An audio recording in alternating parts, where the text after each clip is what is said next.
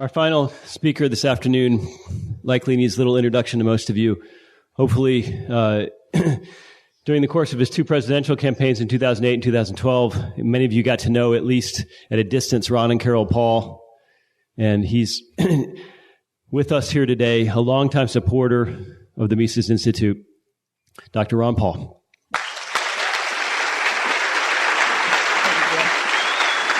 Thank you.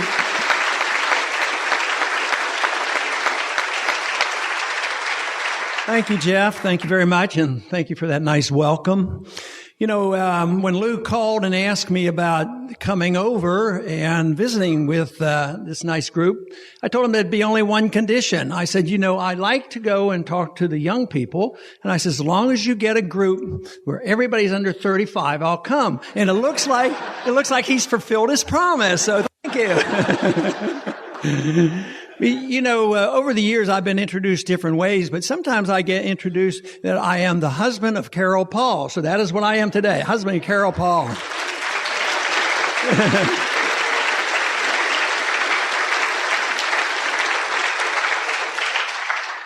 Well, also, we have some special friends with us today, and that's what this program depends on. The Mises Institute depends on friends, and the things that I've done politically or educationally, it's been friends like you who have supported us in many, many different ways.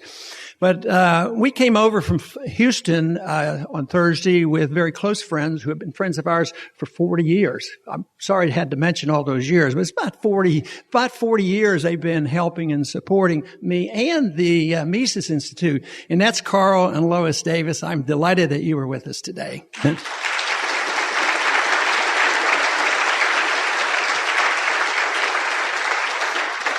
You know, frequently in the last week, people have been asking me about the election. Well, what did you think about the election? Was there an election? Did anything change? Oh, yeah. We have Republicans in charge now of the Senate, and that's wonderful. Everything is going to be okay now. I said, well, how many, did they elect any more neocons in the Senate? Oh yeah, a few, but that's not too bad because, someday we'll change all that. So I guess there was an election. I guess there was a turnover. And the one neat thing is that, one group of power mongers out and new groups move in. But at least we can find some encouragement there because if you disrupt power, I think there is definitely a benefit from this. But overall, elections aren't all that exciting, you know, in the sense of have we seen the changes? It's so often over the years, I've heard the saying goes, this is the most important election in our lifetime. And I used to think, oh, well, boy, this is going to be a big thing all the way back to 1964 and earlier on, you know, what was going to happen. But it never seems it's quite that dramatic. But I think because there hasn't been too much competition. And they keep asking, well, what can we do to allow a third party in and get in competition? And I said, I've been waiting for a second party.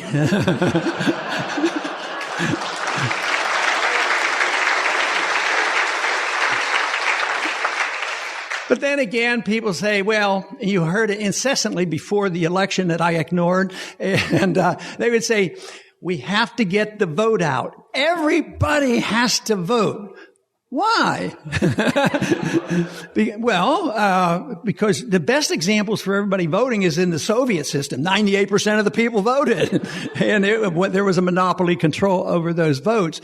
But they're always saying, but it's irrelevant how many people vote. It's what you're voting for. You know, if you're voting to endorse the status quo, what difference does it really make? And actually, in a practical sense, I thought, the number of people voting is very interesting. So if you're involved in active politics, this plays a role in it.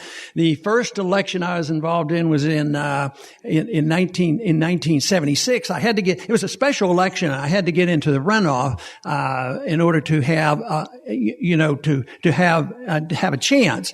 And I remember getting into into the runoff in a district that had 550,000 people, I needed 13,000 votes. So it was very good that a few people came out. We got our people out and got into the runoff. And quite frankly, if that had not happened, I doubt very much if I'd be here today talking to you, because that's the way events go. But it is something that people have to make a choice about. I get a lot of questions from young people about being involved in politics, and I think it's very important to be involved, but also to realize that it's the ideas that really count. And I on my farewell speech to Congress, which I'm sure there's copies around here, I try to make the point of the difference of being involved in politics and being involved in political activities for special reasons. And that makes all the difference in the world. But we do face, a lot of problems. There is no doubt about it. And like I mentioned in my opening statement, I do like to talk to young people. As far as I'm concerned, everybody is a young person, because you have to have a young idea to think about liberty in this sense. Liberty is a young idea.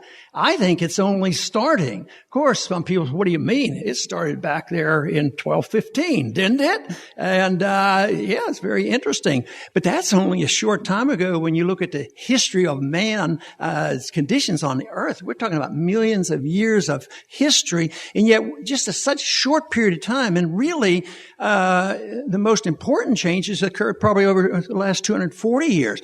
Sure, we had the Magna Carta, and there was some gradual improvements and interest in the cause of liberty, and also it was something that comes, goes back and forth. You get some and you lose some, but certainly the founding of this country and the Constitution, in spite of its many shortcomings, there was a serious attempt to try to advance, the cause of liberty. And unfortunately, though, there were some of those improvements made. It seemed like since 1913 they've been rather undermined wholesale. So I'd like to repeal 1913 and everything that was passed in that year.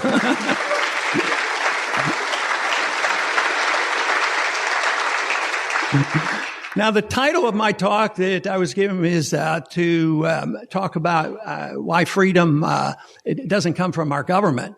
But the judge has handled that subject so well, and I couldn't improve on this. This is a disadvantage to follow somebody, as great as the judge in both his ability and his understanding of the law.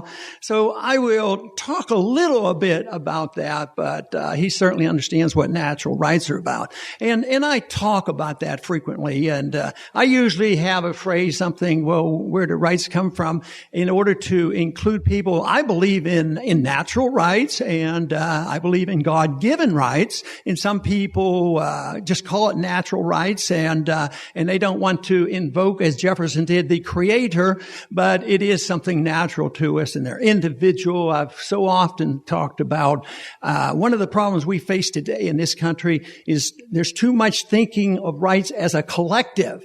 And it always annoys me that it's so casual. It's all the time. And the pundits on TV do it endlessly. How did one group vote?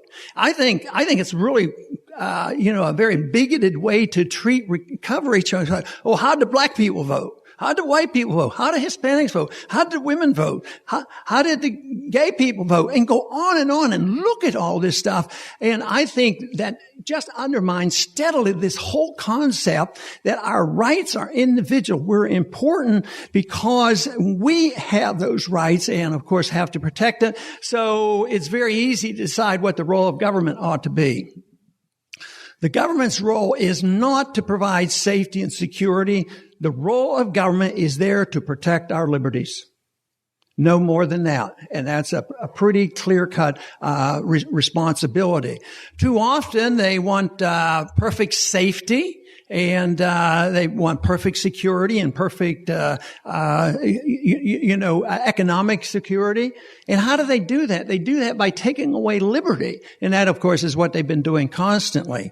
So where are we today in this effort? It doesn't look good, but it looks so much better since I left Washington.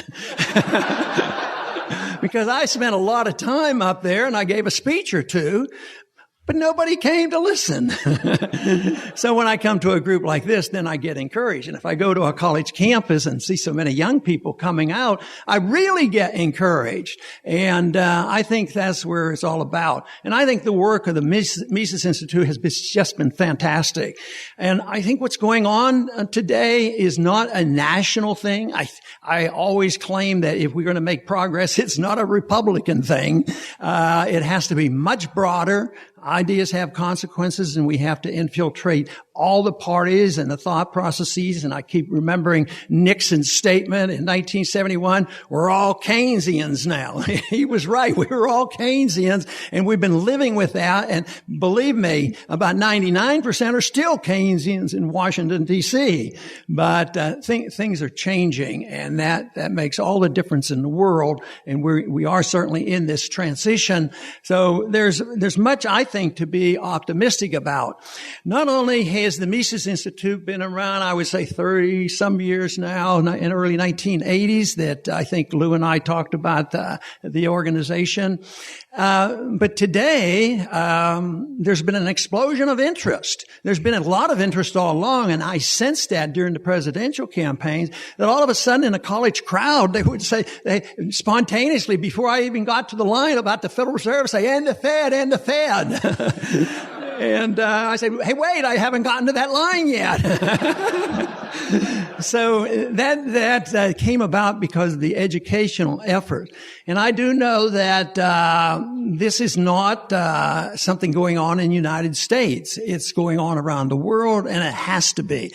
The world is engulfed with fiat money, interventionism, economic planning, central banking, militarism, corporatism. Communism has been defeated. I mean, who wants to get up and say, I'm a communist now? The very vicious entities of the 20th century have been demolished. I just think it tragically took hundreds of millions of deaths to prove the total failure of those authoritarian regimes. But today we have a tremendous opportunity, because in the area of ideas, these ideas are spreading. Because, quite frankly, I get emails and phone calls all the time from around the world. And not too long ago, I went to Brazil, and I was talking to the individual down there that wanted to have me down there. And I said, well, I want to find out what he was all about. And he was a well-to-do businessman.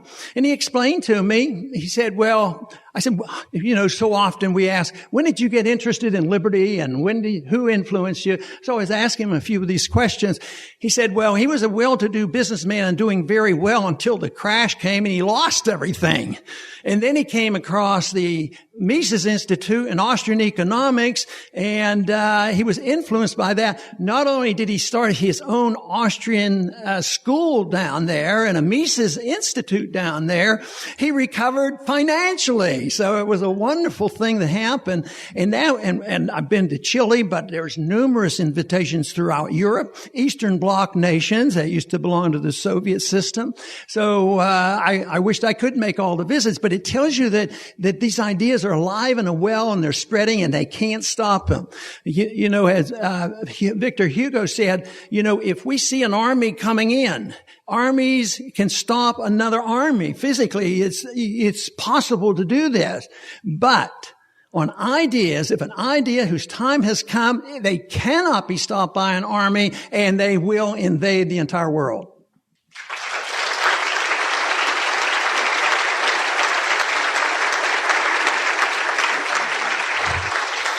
I think what is wonderful now, and why there's so much opportunity, is we now live at a point in time in history where it's the end of an era. Maybe the early stages of liberty were talked about the very first time. Some citizens of England were able to make King John sign the Magna Carta, but we now have a period of time which is, I think, so different. We had a type of an advancement with the revolution and our Constitution. We've had a setback, though, for 100 years. But I think that's more on the surface and not intellectually speaking, because I think the last 30 years, there has been a tremendous growth on the ideas of liberty, which was opposite of what was happening in the 1930s. In the 1930s, Roosevelt, you could look at his platform. It wasn't all that bad. He was still on the gold standards and balanced budget and limited government and stay out of wars and all these things. But guess what? The intellectual community was exactly the opposite. And once the predictable depression hit and the problems that we had, of course, they came to light, and Keynes won out in that argument. Today, it is different. I believe the undercurrent is freedom and Austrian economics and free markets and property rights, and it's spreading like a wildfire. And this is the reason why an institution like the Mises Institute and others like this, that they deserve the support, and people like you make all the difference. Because a lot of people come up and thank me for doing this and that, but the truth is I can't do anything without support and without help. And that's the way it is with an organization like this. So we should be very glad that our numbers are growing. And some people get discouraged and they say, yeah, but we're still so small and we can't take over the government. We can't do this. But you know what? You only need about 7% of the population to turn it around. There were very few people percentage-wise endorsed the American Revolution. And I think we're getting to those numbers where there's a great number of the people who are influencing the ideas. But then again, you still have to have an endorsement or at least an acceptance of these ideas by 51%. You 7% or 8% won't carry the day. You have to finally get a majority of people saying it's in their best interest to go along with a new system. And they did that for a long time. They did that with socialism and welfarism, and they've accepted that, believing it was in their best interest. But the opportunity today is so tremendous because the 20th century gave us such a revelation of the failure of so many of these systems. For instance, I think fiat currencies are on their last legs. We're eventually going to get rid of the Federal Reserve System.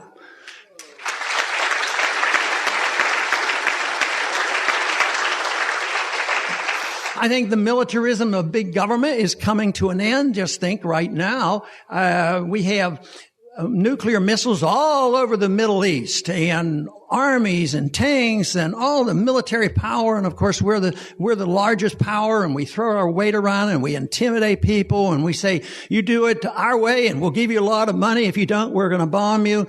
And guess what? With all of that power and might, right now, what is the greatest concern in the whole world for peace? There are like 25,000 individuals. They joined a group called ISIS, and we're supposed to hide under our beds because they're about to invade us. So I would think if you put it into a proper perspective, that doesn't mean I'm belittling it. It's not dangerous. It's very, very dangerous. But it also means that the numbers are smaller, and even a government that has all these nuclear weapons, all these powers, they don't even know what to do. What do we do now? Oh, who's going to fight? Not us. Let somebody else fight. And, and they go on and on. And then when they do it, they don't have any moral support for what they're doing. They have no constitutional support from our side, from our government. We don't declare the wars. We don't have a moral standard for it. We have the Bush doctrine, which says, well, it's important that we start wars now before they come and hit us. It's the preemptive doctrine. I would say one easy way to get started on correcting this is, why don't we just pay attention to the Constitution and don't let our government go to war unless it's a declared war.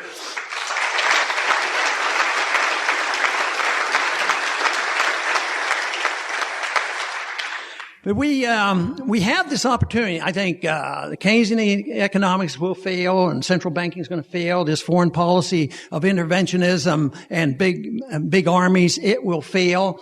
But the big question is out there is, what's it going to replace? Will the world succumb to accepting total dictatorial powers? That's always a threat. There's always going to be a threat of violence. But I think big government's going to shrink. Isn't it wonderful now that we have introduced the notion it's being practiced, this whole idea of nullification and secession? These are great ideas.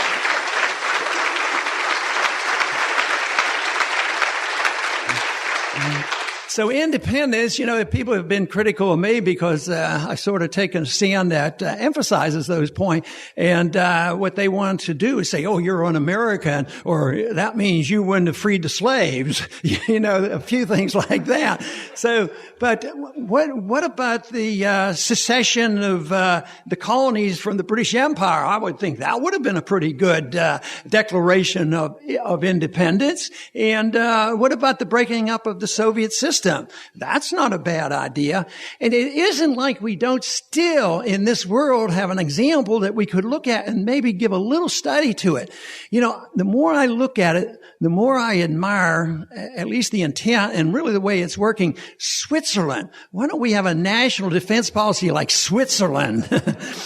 But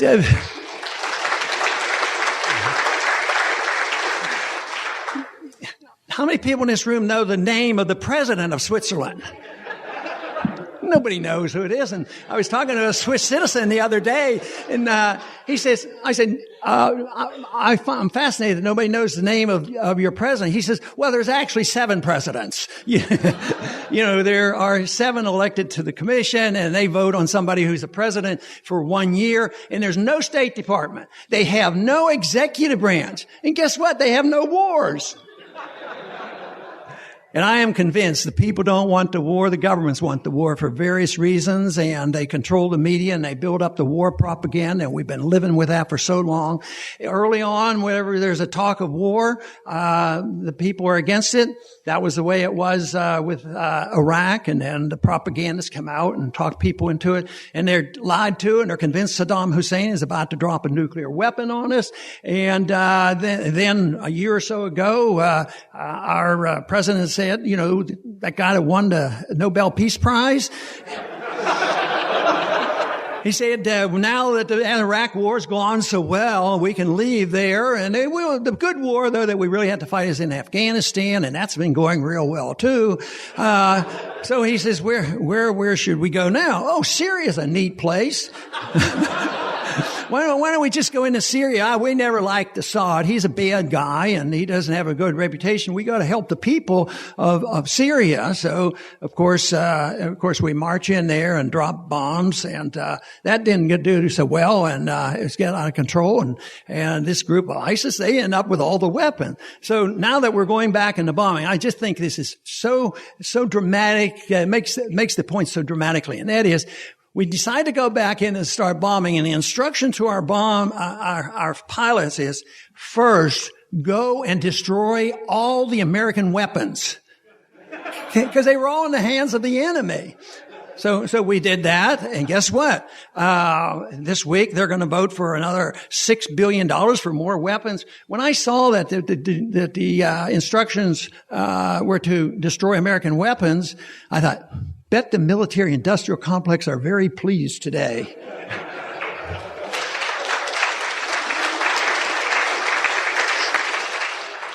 So they can keep building weapons. So what do we do with this? Perpetual war and all these problems, and it's not easy. I think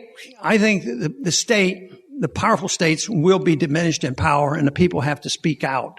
And this whole idea of secession and nullification, I think that's coming along fine. I think it's worth the attempt to have a piece of paper that tries to restrain the government. That's what the Constitution tried to do. But in a way, it didn't work. It has failed. Should you give up then, there, and totally? Well, no. What if you had individuals who went into the government with the idea that they had some moral principles, that the thrust of the Constitution, that you shouldn't, practice aggression and you should follow the rules. So if you had moral principle individuals, didn't believe in the Bush doctrine, and that you would try your best not to get involved in war, that would help a whole lot. But that hasn't worked yet. There has not been a spontaneous effort. It seems like it's the people who love power and love war are the ones who position themselves in this area of influence. But then what is the other thing to do? And that is, to have, eventually get rid of these governments that do these things. And of course, that won't be hard. But what else can you do? And I think eventually there is no reason why people shouldn't think about, being a conscientious objector in a massive sort of way. Because, the refusal to serve in the military right now, is a pretty reasonable thing. People say, no, you have to be patriotic. And they say, besides, didn't you serve? Yeah, I was drafted and I went and it's the real tragedy is that, the 18-year-old or 22-year-old is hardly a movement to resist the power of the state or being thrown in prison for the rest of your life, for doing this. But I think that, in time, this movement can move in that direction where less people will refuse to serve in these aggressive wars, and people should be more attuned to not paying for them. It's about time that we go on strike against the militancy of the U.S. government.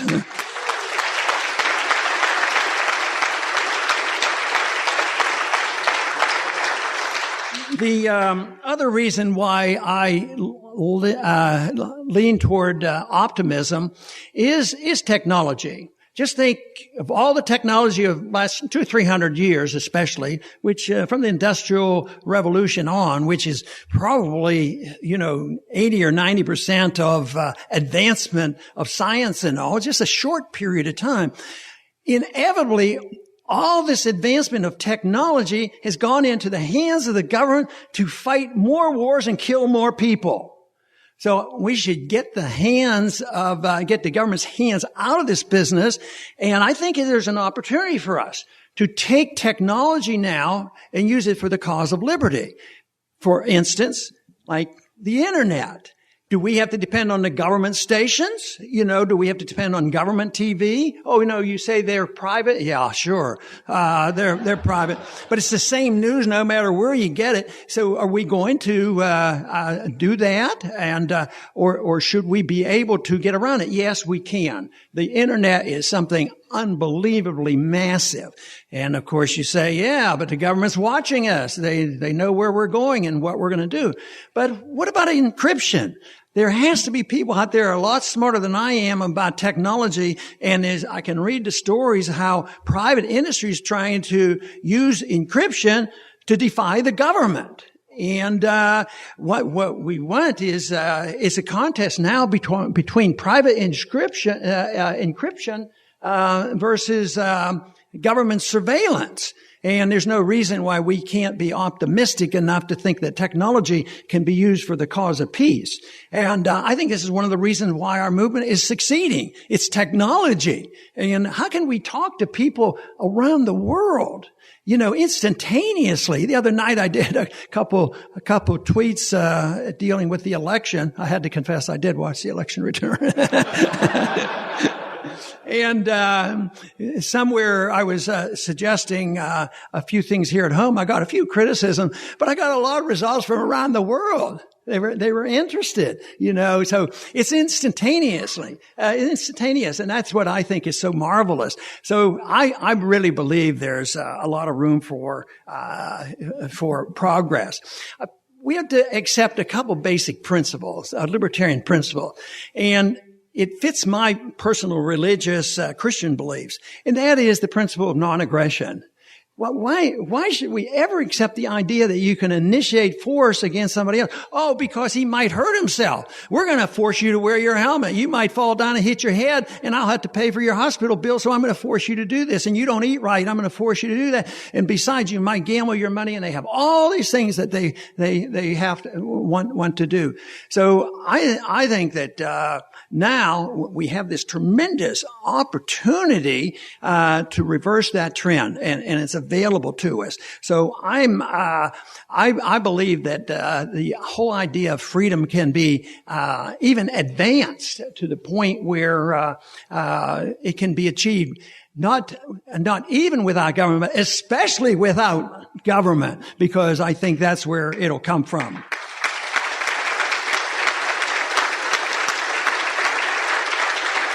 But the other important thing about the two basic principles that I try to follow, one of non-aggression, and of course the Bastiat principle is fantastic, and I think I've gotten a few people to read that book over the years, and that is, most people understand that we're not supposed to steal from our neighbor, and we're not supposed to hurt our neighbor, and fortunately that's still basically understood.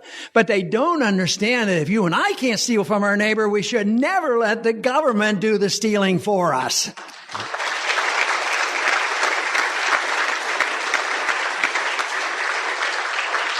But the other basic principle is that of tolerance. And this is the toughest one for a lot of conservatives, because tolerance for many people mean that you endorse it. So but that makes no sense. Because most Americans, endorse the principle, accept the principle of freedom of religion and principle. So does that mean that the extremists have certain beliefs that you can't stand and you don't tolerate and you think they're bizarre? No, if you don't hurt anybody, you can have any belief that you want. But you just tolerate that and put up with it. And yet so often people say, well, yeah, that's true, but what if they do things we don't like? What if they gamble? What if they have personal habits and practices that we don't accept? We have to make them better people, and it's the responsibility of the government. Well, anytime the government gets in the business of trying to mold behavior, anytime that they want to get involved in developing excellence and virtue, which should be a personal goal, when the government does that, they only do it with the tearing up and the usurpation of liberty. And that's what they do constantly, the do-gooders. You have the economic do-gooders, and they play on emotions and say, oh, you don't care, you're not a humanitarian, you're going to let the people starve. Yeah, just look at the world. How many people starved under true liberty versus how many people starved under communism and socialism and fascism, and how many people suffer now today because of totalitarianism? I believe in a sense that if you are concerned about your fellow man and you have these humanitarian instincts that you care about the maximum help for the maximum number of people, you have to believe in a free society. You can't have any other option.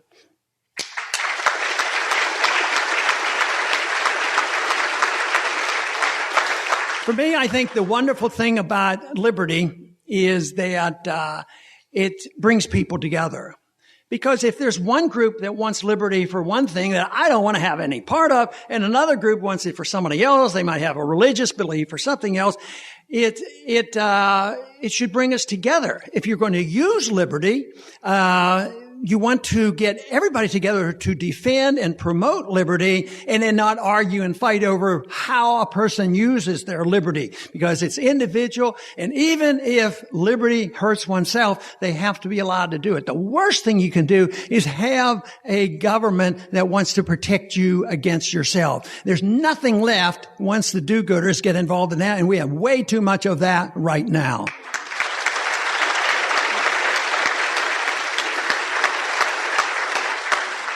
So we have, I think, a wonderful opportunity. I see an era is ending, how fast it's going to go, and how successful we are. Nobody knows this, but I do know that if we don't propagate and promote and expand these ideas, not just in the Mises Institute, or not just in Texas, or not just in the Republican Party, or not just in the United States, it has to be universal, because it's been universal for too long about tyranny of government. And people talk to me and they'll say, well, you're radical, you want to go back to the Dark Ages. No, I would say tyrannies in the Dark Ages. We want to advance the cause of liberty.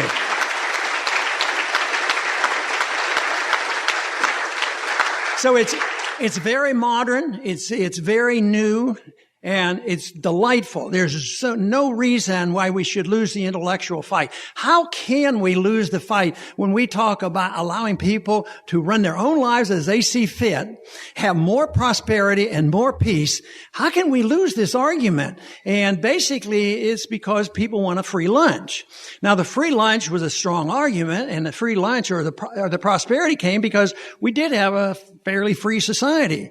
And therefore, we took advantage of it. The people concentrated on just forced redistribution, and they thought it was in their best interest. But that's all behind us. There's no more free lunches because this country is totally bankrupt. It's all a facade. It's a myth. And someday it's going to come crashing down our head, and there should be one goal, and that is the restoration of liberty. If they take all our wealth from us away tomorrow and gave us our liberty, believe me, we would all recover rather quickly.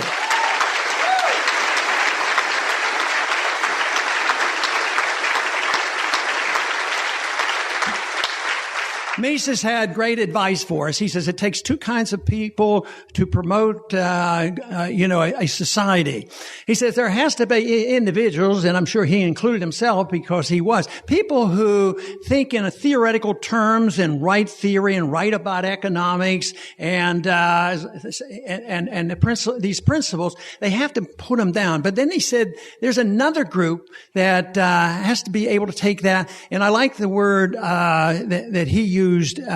He said, there's another group that has to take them and make these views palatable to the masses of people. And then when they accept that, then they move on. And that's what we're in the process of doing. We will continue to have individuals write the intellectual papers and explain economics. I was so excited in my younger days when I had natural instincts. I think we're all naturally libertarians, and they beat it out of us. But I was so excited. I was so excited to discover the Austrian economists because, hey, they agree with me.